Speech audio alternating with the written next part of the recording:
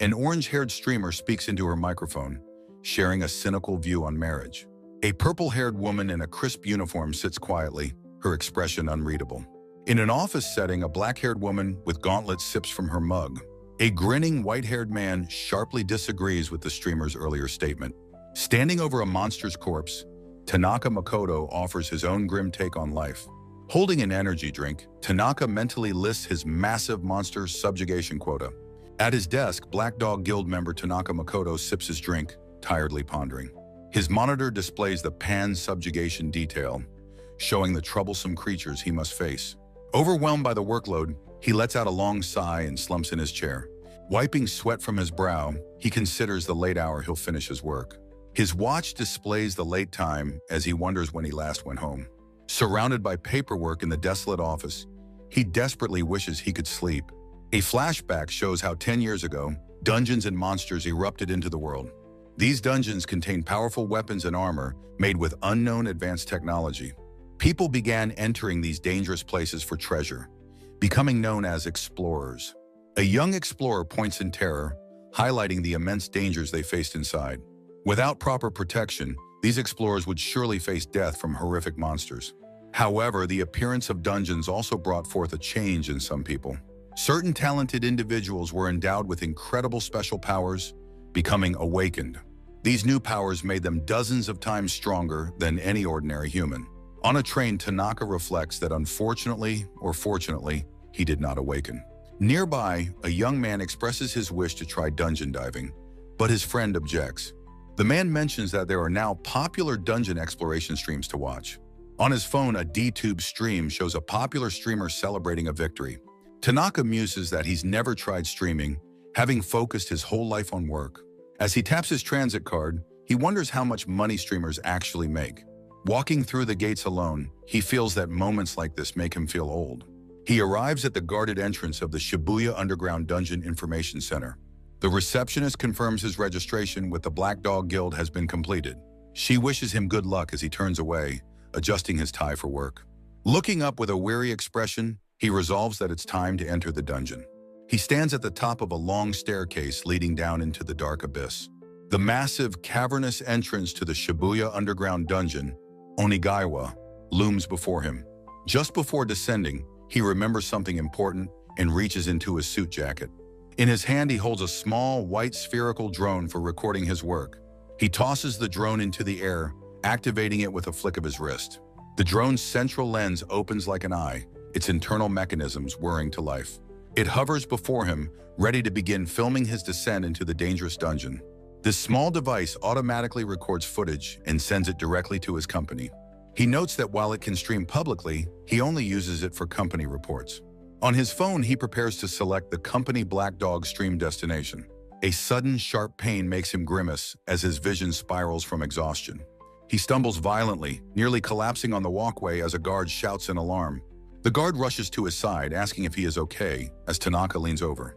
He reassures the guard it was just dizziness, though the guard sees a corpse. As he forces himself down the stairs, his drone follows, and he recalls his fatigue. He realizes he has only had a 2-hour nap and hasn't been home in 2 weeks. Standing alone at a cave entrance, he wonders when he last slept properly. He quietly questions what he is even doing with his life at this point. A flashback shows the Black Dog Company building, a government subcontractor he works for. The work involves dangerous S-rank subjugations that even the government avoids. As a result, his company is always buried under immense piles of difficult work. He knows that at this rate he will die from overwork, but is too busy to quit. A close-up of his weary eyes shows the physical toll of his relentless job. His vision is blurred from extreme exhaustion as he prepares to enter the dungeon. He rubs his eyes, trying to focus on his phone to check the settings. His finger hovers over the company Black Dog setting, believing it to be correct. He is about to dive into the Shibuya Underground Dungeon, one of Tokyo's largest. With a final adjustment of his tie, he prepares himself for the job ahead. Looking determined, he announces that it is time for his work to start. At that moment, he had no idea his life would drastically change that day. His drone follows closely as he ventures into the dark, rocky cavern alone. On DTube, a viewer notices the strange stream titled "For Company Records." Others realize he is streaming by mistake and entering the dangerous Shibuya dungeon alone. One viewer notes with dark amusement that only 3 people are currently watching. Tanaka brushes dust from his suit, unaware of the viewers discussing his identity. The viewers are shocked by his listed quota, calling his company a black guild. Inside the dungeon, he descends with incredible agility, leaping between rocky platforms. The dungeon is divided into 4 distinct levels: upper, middle, lower, and lowest. Tanaka's expression is one of grim determination as he continues his rapid descent. His heavy steps kick up dust as he announces his immediate destination. He is heading straight for the deepest, most dangerous level of the entire dungeon. While the theory is to go down slowly, he simply doesn't have the time. He sighs, finding the need to rush to the bottom utterly depressing. Standing on a precipice, he longs for a warm meal and a proper sleep. He falls silent for a moment, his drone hovering faithfully beside him. He mutters that the president won't see this part, so it should be fine. He complains aloud that he is tired and not paid enough for this dangerous work. He laments that he will be lucky if he can get 2 hours of sleep today. His viewers are shocked, realizing his guild is violating labor laws so blatantly. One viewer offers words of encouragement, telling him to stay strong through it. Another decides to record and spread the word about the abusive working conditions. The viewer count grows from 3 to 20 as word of the stream spreads. His phone begins to buzz incessantly with incoming calls, startling him. He thinks that since he doesn't use social media, the calls must be work-related. Believing it's his boss, he decides to ignore the calls to avoid being insulted. With renewed purpose, he strides confidently toward the edge of the lowest level. He is at the final descent point of the massive Shibuya underground dungeon. His feet are planted firmly on the edge of a deep, dark well. He leaps into the chasm, knowing this is the fastest way to the bottom. He reflects that he would never do this if not for his stupid quota. His viewers scream in panic, believing they are watching a suicide attempt. Their frantic comments flash across his vision as he falls through the darkness. His phone buzzes relentlessly again, and he wonders why it keeps ringing. He dismisses the calls, assuming they are probably nothing important anyway. With a final decision to ignore it, he focuses on his controlled descent. His body twists mid-air as he expertly navigates the treacherous fall. A look of intense focus is on his face as he prepares to land. He notices that his company's drone is still following him through the air. He resigns himself to being filmed, admitting it is a rule he must follow. His reflection appears in the drone's lens as he considers the embarrassment of streaming. He admires the talent of real streamers, wondering if he would receive comments. On his phone, the viewer count unexpectedly climbs to 271. While falling, his dead-eyed expression is broadcast to a shocked, growing audience. Plummeting through the darkness, his gaze fixes on something far below. Looking down the massive chasm, he decides it's time to prepare his landing. His descent continues as he repeats his intention to land very soon. From the abyss below, a huge winged monster suddenly appears. The creature lets out a powerful roar as it lunges upward to attack. A full view reveals the aggressive, fanged wyvern in mid-flight. Viewers cry out in alarm, identifying the monster as a dangerous wyvern. Staring at its maw, the audience is certain his demise is imminent. Mid-air, he identifies the red wyvern, assuming it sees him as food. The beast's powerful jaws snap shut with terrifying, immense force. He calmly prepares to meet the charging monster head-on. His expression remains focused as he braces for the imminent impact. A close view shows his steady hand gripping his sheathed katana. He leaps forward, a small figure against the vast, dark background. The wyvern's head rushes toward him in a blur of motion. Glowing with energy, he flies directly into the dragon's open mouth. A thin, brilliant line of light slices across the beast's armored hide. The monster erupts in a violent geyser of black fluid and gore. He lands gracefully below, leaping nimbly between the rocky ledges. His feet touch down lightly on the uneven, shattered terrain. The force of his landing powerfully fractures the ground beneath him. He comes to a rest in a low crouch, creating a small crater. Behind him, the 2 halves of the slain beast crash to the floor. Splattered with gore, he silently straightens his tie. Taking a deep breath, he expresses his satisfaction with the nice landing. He notes his numb legs while viewers react with utter confusion. The audience is informed that the viewer count has surpassed 50,000. A comment notes that his stream is spreading rapidly across social media. His phone buzzes relentlessly, and he wonders who is calling him. From the shadows ahead, a low and menacing growl echoes. He prepares for the next battle with a weary, unimpressed look. Ahead of him stands a group of hulking, monstrous trolls. The view widens, revealing a vast horde of varied monsters. A title card announces the chapter, showing him in the dungeon's lowest level. He stands before the monster army, calmly acknowledging the immense danger. He begins to mentally catalog the enemies, starting with the trolls. His eyes identify the muscular, horned minotaurs among the horde. He then notes the presence of the sinister, reptilian basilisks. His gaze settles on the formidable, fully armored Death Knights. His tired eyes continue to scan the monstrous army for the final threat. He sighs, seeing the tyrant dragon he must fight to meet his quota. His hand rests on his katana, its scabbard clearly inscribed with his name.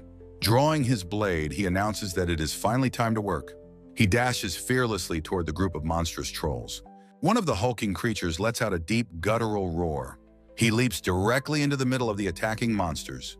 He recalls that fighting trolls was much harder the first time. In a single fluid motion, he executes a devastating spinning slash. He explains their simple weakness. Cutting their necks will stop them. The headless bodies collapse as he dismisses them as weak monsters. His viewers express shock at him defeating A-rank monsters so easily. The online chat fills with disbelief, some claiming the video is edited. An expression of pure, unadulterated annoyance crosses his face. He shouts in frustration about being pestered while he is at work. He stomps forward angrily, causing the very ground to shake. A massive frog-like basilisk suddenly looms menacingly before him. The monster's large eye swirls with a dangerous, hypnotic pattern. His own eye widens in genuine surprise at the unexpected threat. A viewer cries out, having never seen a live basilisk before. The chat discusses the monster's rarity, noting it lives in the lowest level. An announcement confirms the viewer count has surpassed 5 million. The basilisk's throat swells as it prepares a deadly breath attack. He recognizes its petrifying breath as an instant game over for him. As a solo diver, he knows he has no companions to heal him. He understands he must defeat it before it can unleash its attack. The creature's jaws open wide, ready to spew its deadly power. His eyes narrow with intense focus as he prepares to make his move. Shouting, he dashes forward as the monster strikes with its tongue. The basilisk roars in agony as its long tongue is cleanly severed. He calmly sheathes his sword while the massive beast collapses in defeat. His drone hovers nearby as he begins to reveal a secret tactic. He explains the tongue is its weak spot, but a miss would be fatal. A persistent buzzing sound immediately distracts him from his victory. He complains that the buzzing continued even during his last fight. He resolves to ignore the calls, expecting only to receive insults. The ground suddenly erupts with a violent tremor and a deafening roar. A colossal, heavily armored tyrant dragon emerges from the rubble. He identifies the new monster as a proud and formidable S-rank threat. A close-up reveals the dragon's menacing and intelligent slitted eye. His usual tired expression is replaced with one of serious concern. The dragon's profile highlights its immense power and iron-melting breath. The viewers panic, begging him to run away from the impossible foe. The dragon opens its massive, tooth-filled jaws as wide as possible. It rears its head back, preparing to unleash a devastating attack. He coolly assesses that its fiery breath would completely incinerate him. His hands firmly grip both the hilt and scabbard of his katana. To avoid being burned, he lowers himself into a defensive stance. Viewers scream for him to run, though one recognizes his Yi stance. A viewer emphasizes the overwhelming power of his draconic opponent. The dragon unleashes a massive, all-consuming wave of roaring fire. The torrent of intense flame quickly fills the entire cavern. Rather than retreating, he charges directly into the raging inferno. Inside the fire, he remains completely focused on his counterattack. His hands are steady on his sheathed sword amidst the swirling flames. With incredible, blinding speed, he prepares to draw his blade. A brilliant upward slash parts the fire, creating a safe path. A massive torrent of fiery energy erupts with incredible force and speed. The tyrant dragon's menacing eye glares, its jaw filled with razor-sharp teeth. Rearing back, the colossal armored dragon towers over the shattered rocky landscape. Its massive clawed foot slams into the ground, crushing the rock beneath it. The beast's bisected corpse is shown, evidence of a swift and powerful blow. Tanaka stands calmly holding his katana amidst the chaos of the battlefield. Viewers express utter shock, questioning how such a feat was even possible. While the world reacts online, Tanaka's only thought is that he is tired. The internet audience declares the incredible display to be simply amazing and unbelievable. Tanaka lets out an internal growl of annoyance, his expression weary and irritated. He now faces the two remaining monsters, a minotaur and an armored knight. He observes that with the tyrant dragon boss defeated, they've lost their will. He reasons that fighting them is pointless since he has met his quota. With a decisive click, he sheaths his katana, the name Tanaka visible. He nonchalantly tells the remaining monsters that he is letting them go. The Minotaur and Knight waste no time, turning and fleeing into the distance. He sighs, relieved to finish early, planning to collect materials and go home. Reluctantly, he decides to pull out his phone to double-check something first. His phone screen displays an overwhelming number of unread notifications, totaling 9,999. With a soft click, he begins to unlock his phone to investigate. He stares at the screen, the time showing 23:23 and the notification count. He yells in disbelief, shocked by the ridiculous number of alerts he's received. His thumb swipes across the screen, unlocking the device to see the source. Confused and sweating, he frantically scrolls, wondering what the hell is happening. A bead of sweat drips down his temple as he questions the alerts. He is horrified to see endless notifications from the DTube streaming platform. He lets out a shriek of pure terror, his face a mask of shock. The DTube interface reveals a live comment feed scrolling rapidly on his video. His mind races as he struggles to understand what is happening to him. He frantically recalls setting the stream to company only, his face twisted in panic. A pop-up cruelly confirms the truth. The stream was set to public. The horrifying realization that he missed the setting washes over his pale face. He stares at his drone, realizing his actions have been streamed nationwide. A sliver of desperate hope surfaces that his stream didn't get many views. He struggles to process the massive number displayed on his phone's viewer count. His jaw hangs open in utter disbelief and shock at the staggering figure. His hand trembles as he holds the phone displaying the impossible number. He stammers in his thoughts, confirming the viewer count is over 100 million. He collapses to his knees, utterly defeated by the weight of the revelation. He sits alone, contemplating how the views surpassed even famous streamers' records. The live chat celebrates his amazing performance with festive emojis and comments.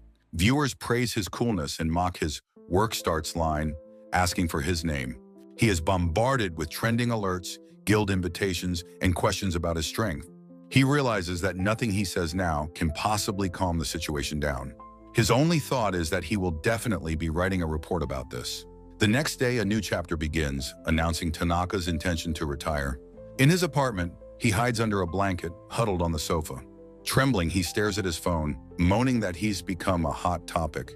His hand shakes as he holds the phone, overwhelmed by his sudden fame. News headlines confirm his viral status, mentioning his feat in his guild's investigation. The DTube video itself shows staggering numbers of views, likes, and shares. The video has nearly 10 million views, with a comment questioning his obscurity. His DTube page is filled with comments speculating about his past and future.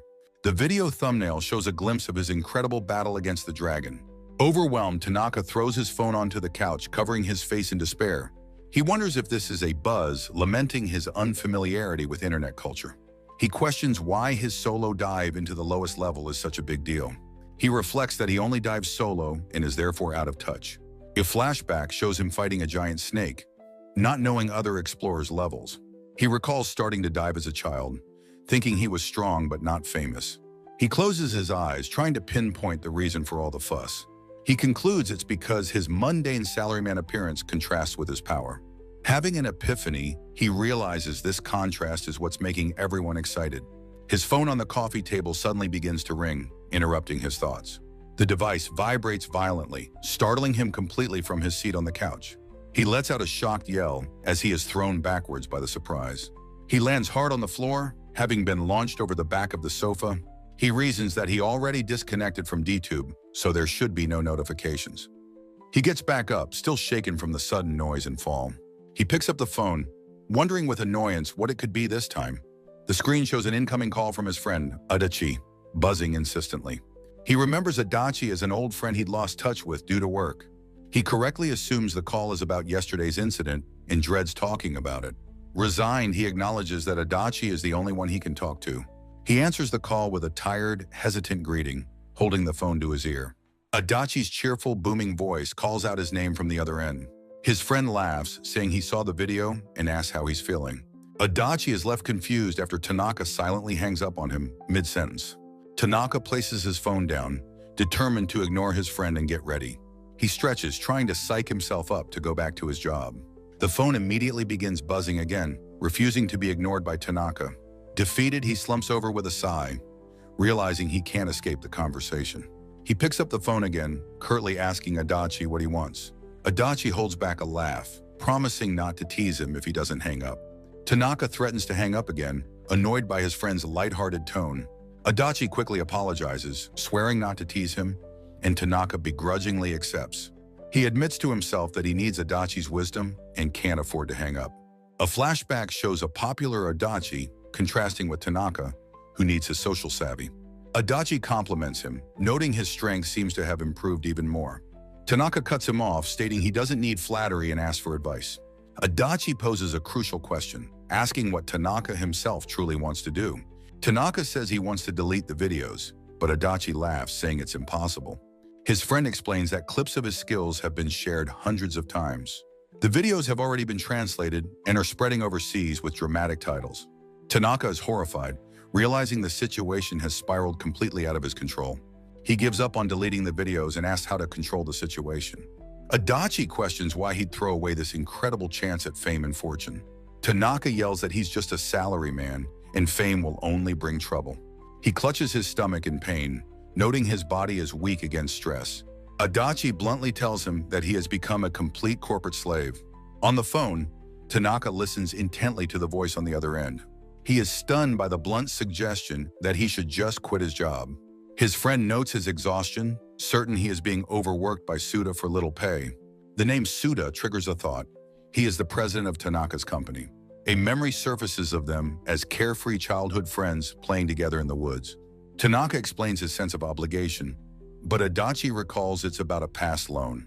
Adachi insists the debt is paid, urging him to finally start living for himself. The radical concept of living for his own sake leaves Tanaka utterly bewildered. He realizes he has been too consumed by work to ever consider his own life. Looking at his hand, he questions if he is even permitted such personal freedom. Adachi correctly guesses Suda threatened him with unemployment, which Tanaka confirms was the case. Dismissing the corrupt president's words, Adachi assures him many guilds would hire him. He rejects the freelance option, citing the difficulty of earning money that way. Dungeon items must be converted to a special currency before they can become yen. He continues his phone call, looking weary as he considers his limited options. He explains that only companies, not individuals, typically hold the necessary conversion license. Adachi agrees the system is tedious but necessary to protect the global economy's stability. This economic regulation, he adds, is a standard practice in most other countries. Adachi clarifies his point, suggesting a different path, becoming a dungeon streamer. Tanaka repeats the term, and his friend confirms this is his serious recommendation. Streamers broadcast their dungeon dives, earning money without needing any special qualifications. He knows famous streamers make money but doubts if he has what it takes. Adachi's voice offers unwavering support, promising to help him if he decides to try. A look of newfound determination appears in his eye as he considers the possibility. Tanaka reflects on his friend's reliability and expertise in the explorer support industry. Feeling reassured, he tells Adachi that he is counting on his promised help. His friend responds with a bright, enthusiastic laugh, happy to have convinced him. Adachi admits he still finds it hard to imagine Tanaka actually leaving his job. The weight of the word unemployed makes Tanaka hesitate, feeling the pressure. Adachi prepares to make a surprising, heartfelt confession to his doubtful friend. He reveals that he has actually admired Tanaka for a very long time. Tanaka is surprised, but Adachi clarifies he always admired the work of explorers. Seeing Tanaka's incredible strength convinced him that he didn't need to be a fighter. Touched by the confession, Tanaka can only manage to say his friend's name. This inspired him to enter the support industry, hoping to one day help someone. Oblivious to the implication, Tanaka wonders who this mysterious person could possibly be. Adachi playfully teases him, commenting on how he has always been a bit slow. He wryly dismisses Adachi's joke offer to hire him as a company waiter. Adachi reminds him of his strength, certain he won't lose to a bully like Suda. Thanking his friend, he ends the call and walks towards his company's office. A close look at his watch shows the time is just before 8 a.m. He sits down at his desk, preparing himself for the inevitable confrontation ahead. The office door is violently thrown open as several figures stride into the room. A close-up reveals the furious, snarling mouth of his approaching boss, Suda. Suda looms over his desk from a tilted angle, his presence immediately dominating the space. Despite the threat, Tanaka maintains a calm and resolute expression, ready for what's next. Suda stands in the doorway with his subordinates, menacingly drawing out Tanaka's name. With a crazed grin, he warns Tanaka to be prepared for what is coming. The confrontation is set, signaling the beginning of Tanaka's dramatic retirement from the company. Suda begins his tirade, screaming at Tanaka to acknowledge the gravity of his actions. He looks down, clutching his stomach as the verbal assault continues with a taunt. The sheer stress of his boss's voice makes his stomach churn in physical pain. He takes a breath, thankful that his talk with Adachi gave him mental clarity. Without that prior encouragement, he admits he might have already surrendered to the pressure. Suda's mouth is a wide cavern as he begins to blame the stream's fallout. He furiously shouts that the company's reputation is ruined and demands to know how. One of his subordinates adds that the other employees will be arriving soon. Suda points down at Tanaka, warning him to be prepared for a public humiliation. He laughs maniacally, relishing the punishment he is about to deliver to his employee. Tanaka grimly acknowledges this is just his boss's usual predictable behavior. He recalls Suda's terrible management skills, which only excel in a toxic workplace. Because of this abuse, his mind and body have been driven to utter exhaustion. A flashback shows Suda threatening to cut pay to enforce his tyrannical orders. His eyes narrow with resolve. He wants to live for himself and must fight. Suda hypocritically lectures his men, claiming his abuse is for their own good. The two subordinates can only shout their terrified agreement in perfect unison. Tanaka sees through the lie, knowing Suda just enjoys lecturing the powerless. He identifies Suda as a scumbag who enjoys torturing people who cannot retaliate. He is glad to see the truth, but his stomach still churns with stress. At that critical moment, his phone begins to vibrate in his pocket. He glances down, surprised by the unexpected interruption from his device. He suddenly starts coughing, drawing the questioning attention of his boss, Suda. Pulling out his phone, he sees new messages and wonders about the timing. A series of texts offer him a starkly simple way to overcome his fear. He reads the advice and a look of sudden, profound understanding crosses his face. Covering his mouth, he apologizes to Suda for the coughing interruption. Suda laughs cruelly, asking if he expects to be forgiven for feigning illness. His eyes sharpen as he flatly denies it, analyzing Suda as a former explorer. He notes Suda hasn't been in a dungeon for years and is full of openings. With his analysis complete, Tanaka explodes from his seat, lunging directly at Suda. Suda's eye widens in pure shock at the sudden, unexpected act of aggression. A close-up highlights Tanaka's clenched fist as it speeds towards its intended target. His face is a mask of pure focus and determination during the attack. In his mind, he visualizes his punch landing with explosive, devastating force. The imagined violence is over instantly, and he calmly notes how easy it would be. His eye widens with the chilling realization of his own overwhelming power. He compares his boss to a tyrant dragon and finds Suda far less frightening. He understands his fear was never of Suda, but of being forced to quit. With nothing left to fear, he clenches his fist, ready to finally act. The rest of the employees burst in, bowing and apologizing for their tardiness. Suda immediately turns on them, screaming furiously about what time it is. He laughs, deciding to deal with their pay cuts after his main business. Turning back to Tanaka, he menacingly asks if they should begin the shaming. He commands Tanaka to confess his wrongdoing in front of all his colleagues. He screams at him to make his confession clear for everyone else to hear. Tanaka recognizes this as the beginning of Suda's typical abusive power play. First, he forces a confession to instill guilt, then interrupts to take control. This tactic always leaves the employee too intimidated to say anything in their defense. He acknowledges that any other time, he would have been just as scared. But today, he calmly admits his mistake, accepting fault and taking control. President Suda's face twists into a wide, manic grin of pure confidence. Leaning in, he smugly asserts that Tanaka's actions were extremely wrong. He aggressively demands to know how Tanaka will possibly compensate him now. Tanaka's expression hardens. He internally resolves that today will be different. With a weary look, he states the guild's bad reputation is Suda's fault. Suda freezes in disbelief, asking Tanaka to repeat what he just said. His shock turns to fury as he screams, questioning Tanaka's audacity. Losing his temper, Suda violently kicks an office desk towards Tanaka. The other guild employees watch the outburst, sweating with fear and shock. Unfazed, Tanaka points out that the guild's corrupt nature has been exposed. Suda shouts in denial, insisting his company is not a black company.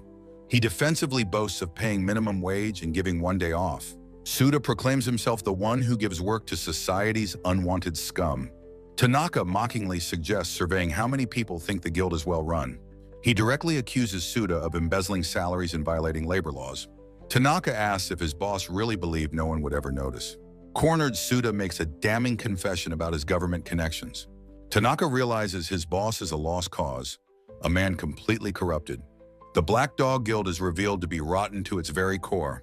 Witnessing this, the other employees decide they are all quitting soon. Tanaka prepares to reveal the final truth now that Suda has confessed. He calmly holds up his phone, having known his boss for years. Suda is confused by Tanaka's actions, wondering what he is doing. The truth is revealed. Suda's tirade is being broadcast on a live stream. Suda's eyes widen in horror, asking what this horrifying display is. On the stream, viewers laugh at the black quotes coming from Suda. The live chat mocks Suda, asking how he feels at this moment. Viewers declare the company bankrupt and praise Tanaka's well-thought-out plan. Tanaka glances at his phone, acknowledging the effectiveness of his plan.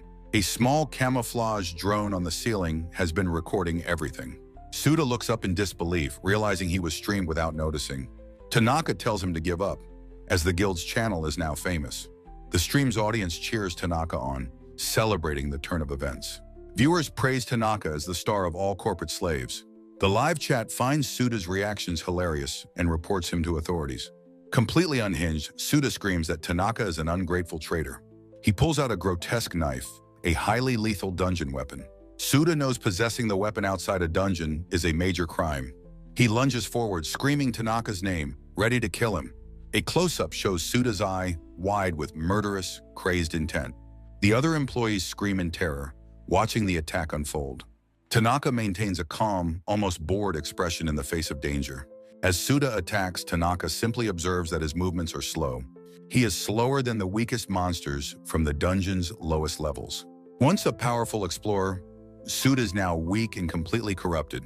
Tanaka calmly raises his hand in a simple chopping motion to intercept. His hand strike connects with the blade, shattering it instantly on impact. Suda screams in agony, staring at his now bleeding and injured hand. He stumbles back, groaning in pain from the powerful counterattack. Tanaka tells him that he is finished and the confrontation is over. Leaning in, Tanaka says Suda should learn a little about human pain. Suda glares back, his face twisted in rage, trying to curse Tanaka. Before he can finish, Tanaka tightens his grip on Suda's wrist. A close-up shows the immense force of Tanaka's powerful grip. With a single, effortless motion, Tanaka throws Suda across the office. Suda is sent flying backward with tremendous destructive force. He crashes through an office desk, which explodes into splinters. His colleagues watch in absolute wide-mouthed horror at the violence. Suda's momentum carries him through another desk and the office window. He lands hard outside, creating a spiderweb of cracks in the concrete. Tanaka adjusts his tie, letting out a breath, feeling much better. He notes that he went easy enough on Suda, so he wouldn't die. His co-workers, including the large man Guda, stare in disbelief. One of them can only stammer Tanaka's name as he turns to leave. From the rubble below, a battered Suda vows he will not forgive Tanaka. Tanaka observes that his former boss's corrupted spirit remains unbroken. Fueled by pride, Suda pants heavily, screaming about his humiliation. Tanaka decides not to attack again, as it might prove fatal. Suda furiously yells at his remaining employees, asking what they're doing. He commands them to kill the criminal who dared to attack him. When they hesitate, he calls them useless and singles out one employee. Suda points a trembling, accusatory finger at his subordinate. He threatens the terrified young man with a massive pay cut. Tanaka watches with a weary expression, knowing what is about to happen. Suda cruelly taunts the young man, threatening to ruin his career. He asks the subordinate if he really wants to be blacklisted. Terrified, the man can only whisper his compliance to the threat. The coerced employee walks slowly towards Tanaka, his head bowed in shame. He apologizes, promising he will only try to hold Tanaka down. With a tired expression, Tanaka tells the man to go ahead. The subordinate steels himself and prepares to lunge at Tanaka. He dives low, reaching for Tanaka's legs in a tackle attempt. Tanaka analyzes the move, noting it's a good way to subdue someone. The subordinate's hand gets close, believing he has succeeded. However, Tanaka knows the man's intentions are far too obvious. He easily sidesteps the attack, noting how slow his opponent is. Tanaka lifts his leg high, preparing to deliver a counterattack. He brings his foot down in a swift and devastating axe kick. The kick connects with a sickening crunch, smashing the man's face down. The subordinate lies unconscious as Suda watches in stunned silence. Tanaka places a hand on the back of his fallen colleague's head. He gives Suda a cold, disappointed glare from across the room. Suda snarls that the man is useless and his punishment will be severe. Tanaka reminds his boss that the entire confrontation is being streamed live. In a final desperate rage, Suda screams for Gouda to attack. The massive, imposing figure of Gouda steps forward with purpose. His heavy footsteps echo in the now silent, wrecked office. Tanaka watches him approach, bracing for a much tougher fight. The large A-rank explorer Gouda towers over the smaller Tanaka. Tanaka recognizes Gouda, knowing this opponent will be a serious challenge. Tanaka assesses the imposing figure of Gouda, a formidable A-rank explorer. Having fought alongside him, Tanaka knows the full extent of Gouda's abilities. He understands this man will not be defeated as easily as the last. From the background, Suda furiously screams for Gouda to kill his insubordinate employee. Tanaka contemplates his next move, considering how to handle this serious new threat. The massive explorer, Gouda, takes a heavy step forward, his intentions unclear. Instead of attacking, Gouda offers his sincere congratulations to Tanaka for finally quitting. Completely taken by surprise, Tanaka can only stare back with a dumbfounded expression. Gouda expresses his long-held belief that Tanaka deserved a much grander stage. A look of recognition dawns on Tanaka's face as he processes the compliment. He realizes his junior's quiet nature wasn't hate, while Suda seethes at the betrayal. Suda screams at his subordinate, questioning why he is siding with such scum. With grim determination, Gouda turns to face his enraged boss. The president's face contorts in disbelief at this open defiance. Gouda loudly declares that Tanaka is his respected senior who taught him everything. He firmly states that he will not follow Suda's orders, no matter what. With a weary expression, Tanaka acknowledges the truth in Gouda's assessment of their power levels. Suda is left speechless and trembling with impotent rage at this final betrayal. Tanaka humbly disagrees, thinking Gouda could still put up a very good fight. His junior offers to hold off the president to allow Tanaka to escape. Surprised by the offer, Tanaka considers the proposition for a moment. Instead, he gratefully pats Gouda's shoulder, deciding to handle Suda himself. The furious president can only grit his teeth, his plans completely unraveling. Tanaka reaches for the doorknob, ready to finally leave the company behind. His fingers close around the cold metal of the handle. Suddenly, the entire door is kicked off its hinges with incredible force. A cascade of long, dark hair flows into the room with the breeze.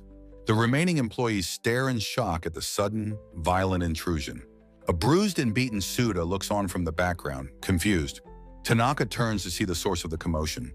A stern woman in a black uniform stands flanked by two officers. She announces their arrival from the association's management bureau's audit section. Suda's confusion turns to a wide, maniacal grin, assuming they are his saviors. He gloats that the tables have turned, demanding the officials arrest Tanaka. He laughs, certain that viewers of the stream reported Tanaka's actions. The president triumphantly orders the officials to hurry up and do their duty. The officers move forward, their hands reaching out to make an arrest. To Suda's shock, they seize him, placing him under restraint. His face is a mask of pure confusion as he is apprehended. He screams in protest, demanding to know what they are doing. His expression shifts back to pure, unadulterated rage at this turn of events. The woman Amatsuki calmly places Suda Akihiro under formal arrest. She informs him that his words and actions were all streamed live. Suda cannot believe what is happening, questioning how this is possible. The other employees watch, commenting that his tyrannical reign is finally over. Suda struggles against his captors, frantically trying to find a way out. He desperately points at Tanaka, insisting he is the one who should be arrested. Amatsuki turns her gaze from Tanaka to address Suda's frantic claims. She sighs, seemingly annoyed at having to explain the situation. The official acknowledges the law prohibiting Awakened from using their powers publicly. Suda feels a surge of hope, believing the law is on his side. The Awakened are those who gain special powers with the appearance of dungeons. This power comes from a magic essence and varies between individuals. The Awakened Special Act was created to restrict the use of these powers. Suda screams that he is the victim of an illegal use of power. He demands that they arrest the ingrate Tanaka for his crimes. Amatsuki's expression remains cold and unmoved by his desperate pleas. She clarifies that Tanaka's actions were self-defense, as both are awakened. Her final verdict is that Suda is overwhelmingly to blame for attacking first. Gouda and Tanaka both express immense relief at this legal technicality. Tanaka is glad Suda's status as an awakened protects him from prosecution. Amatsuki then informs Tanaka that he must also come in for questioning. He groans at the thought of more bureaucratic hassles after his ordeal. While complaining, he looks closely at the woman leading the arrest. He feels a sense of familiarity, certain he has seen her before. He asks if she is Amatsuki, who seems exasperated by his slow recognition. Tanaka is impressed, realizing how much his old acquaintance has grown. Suda shrieks in disbelief, recognizing the name of the famous Amatsuki Kanade. He questions why the chief of Subjugation Unit 1 is here in person. He argues that his crimes aren't severe enough for a top official. Tanaka privately agrees that her presence for someone like Suda is strange. Subjugation Unit 1 is an elite division of the Ministry of Monster Control. Its powerful awakened members deal with monsters and arrest criminal awakened. Amatsuki is known as the strong, smart, and beautiful rising star of the ministry. Tanaka reflects on her talent, being younger than him, yet a chief. He remembers a time when they used to explore dungeons together, growing close. Now he laments the vast gap that has grown between them. She claims there is no deep meaning to her being there. Tanaka doubts her excuse, knowing how busy she must be. He suspects she may have come to see someone in particular. As he thinks this, Amatsuki turns and gives him a sharp glare. The sudden, intense look from her catches him completely off guard. Her piercing eyes seem to hold an unspoken, harsh emotion. He is left completely bewildered, wondering if she now hates him. She turns away, coldly ordering her men to take the prisoner away. The officers begin dragging the screaming president from the wrecked office. Suda twists around, shouting that he will not let Tanaka get away. He vows that he will have his revenge for this humiliation one day. His desperate threats echo down the sterile hallway as he is removed. Tanaka lets out a long sigh, relieved the chaos is finally over. Amatsuki turns back to him, stating she needs to hear his story. She formally requests that he voluntarily accompany her for questioning. He slides open the shattered window, needing to escape the situation. Citing extreme exhaustion, he rejects her request to talk now. A black business card flutters through the air towards her. Amatsuki is shocked as she realizes what he is about to do. He believes she can handle this slight deviation from protocol. Promising to call later, he bids her a casual farewell. He pushes off from the windowsill with his foot. He leaps into the open air, high above the city streets. A view from below shows a modern skyscraper reaching into the bright sky. Inside, Amatsuki rushes towards an open window, her long black hair flowing behind her. Leaning out desperately, she shouts that she traveled a long way just to see him.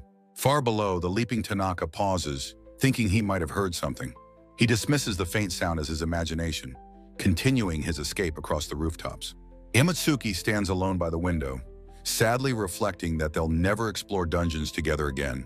A new chapter begins with Tanaka walking down a city street, ready for a fresh start. His friend Adachi spots him from behind and begins running towards him. Adachi shouts an energetic greeting, exclaiming that Tanaka's viral livestream was incredible. Panicked by the loud attention, Tanaka frantically gestures for his friend to be quiet. He turns to leave in annoyance, but Adachi quickly grabs him, apologizing for the joke. Now seated in a restaurant, Tanaka complains about his friend's lack of tact. Adachi makes a grand gesture, offering to buy anything as a retirement gift. With a weary sigh, Tanaka picks up the menu to decide on his meal. A flashback reveals Tanaka at home, accepting Adachi's text invitation for a free lunch. In the present, a waitress stands ready to take their order at the table. Tanaka hesitates for only a moment before beginning to list his choices. He proceeds to order a massive feast, leaving Adachi and the waitress stunned. Adachi shouts in disbelief when Tanaka clarifies this is only his order for now. Slumped over in defeat, Adachi complains that the bill will drain his allowance. Tanaka smirks, teasingly suggesting his friend's wife can cover the cost. Adachi quickly recovers, remembering that active explorers require huge amounts of food. His expression softens as he takes a closer look at his friend's appearance. He remarks that Tanaka looks much healthier, and his eye circles have faded. Tanaka internally agrees, recalling he looked like a walking corpse during his corporate days. He remembers feeling near death while brushing his teeth just that morning. Getting down to business, Tanaka asks what Adachi wanted to discuss. In response, Adachi pulls out a thick stack of papers he had prepared. Tanaka holds the document, seeing its title, The Road to Becoming a Popular Streamer. He looks surprised as he begins to flip through the meticulously prepared pages. One section of the guide details how to properly manage his new online account. Another page contains charts analyzing the most popular times for streaming. He sees a graph that breaks down current trends in the streaming community. The document even provides a list of potential content ideas for his channel. There is also specific advice on how to select and respond to viewer comments. A final section contains other useful information for a new streamer.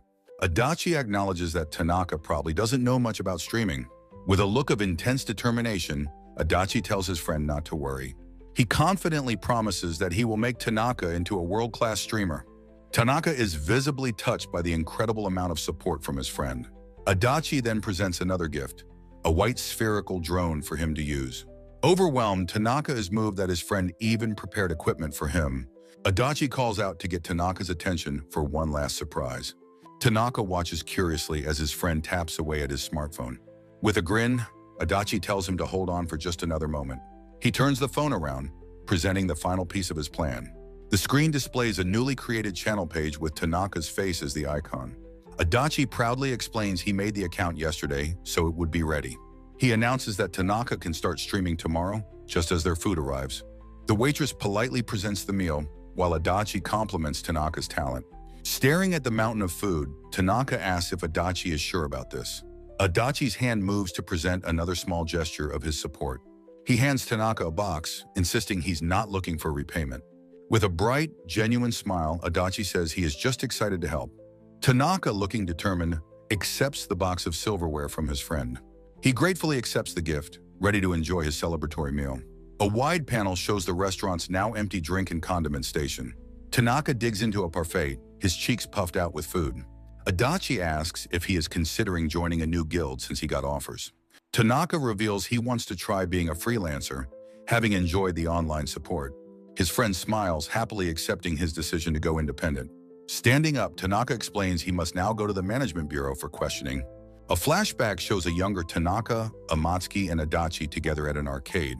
Adachi recalls that their old group also included the corrupt president, Suda. He remarks on how beautiful their mutual friend Amatsuki has become over time. He mentions her new online nickname, Icy Bayonetta, and her adoring fanbase. Tanaka agrees with a dazed expression, admitting that she is indeed amazing. His mood darkens as he laments the vast difference in their current lives. He sadly expresses his belief that she wouldn't want to see him now. Adachi tries to argue, but Tanaka quickly cuts him off, insisting it's fine. With renewed resolve, Tanaka declares he will do his best to impress her now. Adachi sighs, looking worried for the difficult road that lies ahead for Amatsuki. He quickly changes the subject when Tanaka asks what he meant. Tanaka holds the folder of materials, ready to start streaming the next day. Adachi gives him an enthusiastic thumbs up, promising to be watching. With a wide, sincere smile, Tanaka thanks his friend for everything. The scene transitions to a wide shot of the modern city skyline. A view of the Nishi Shinjuku station entrance is shown on a sunny day. An official sign directs explorers towards the Nishi Shinjuku cliff dungeon. Standing in the sweltering heat, Tanaka loosens his tie and complains. He then smiles, feeling immense happiness at his newfound freedom. With a fist raised high, he pumps himself up for his first official stream.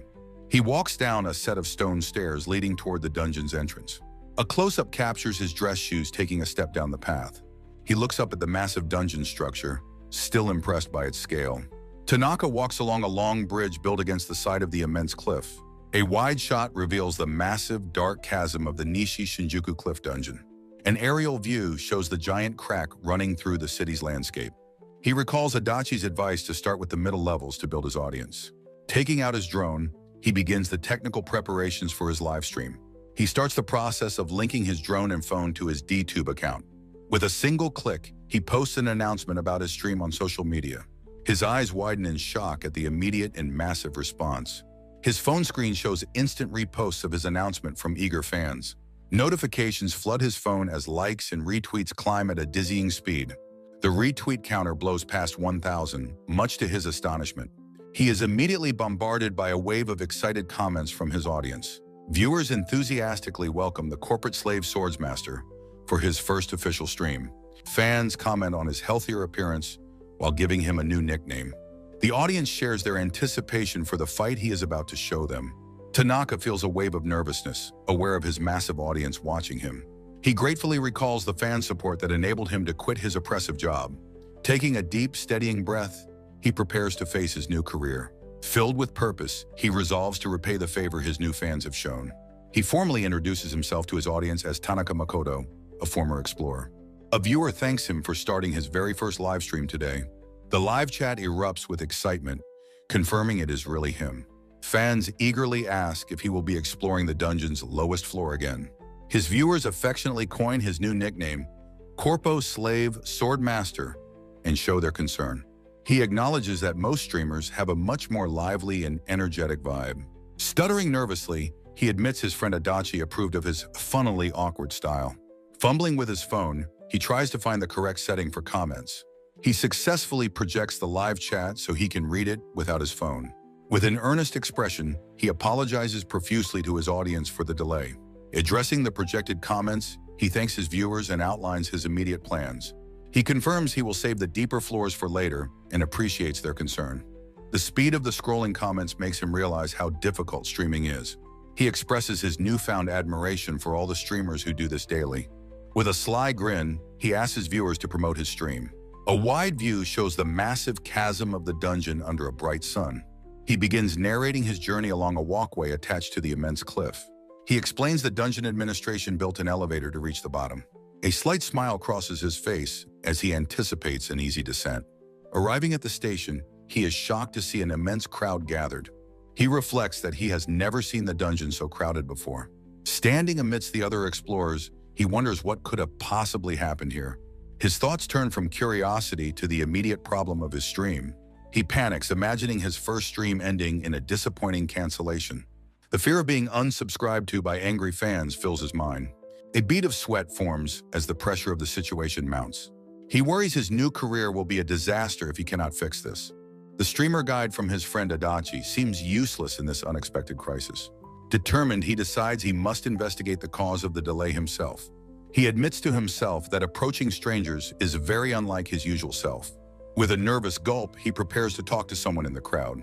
He cautiously taps a blonde-haired explorer on the shoulder to get his attention.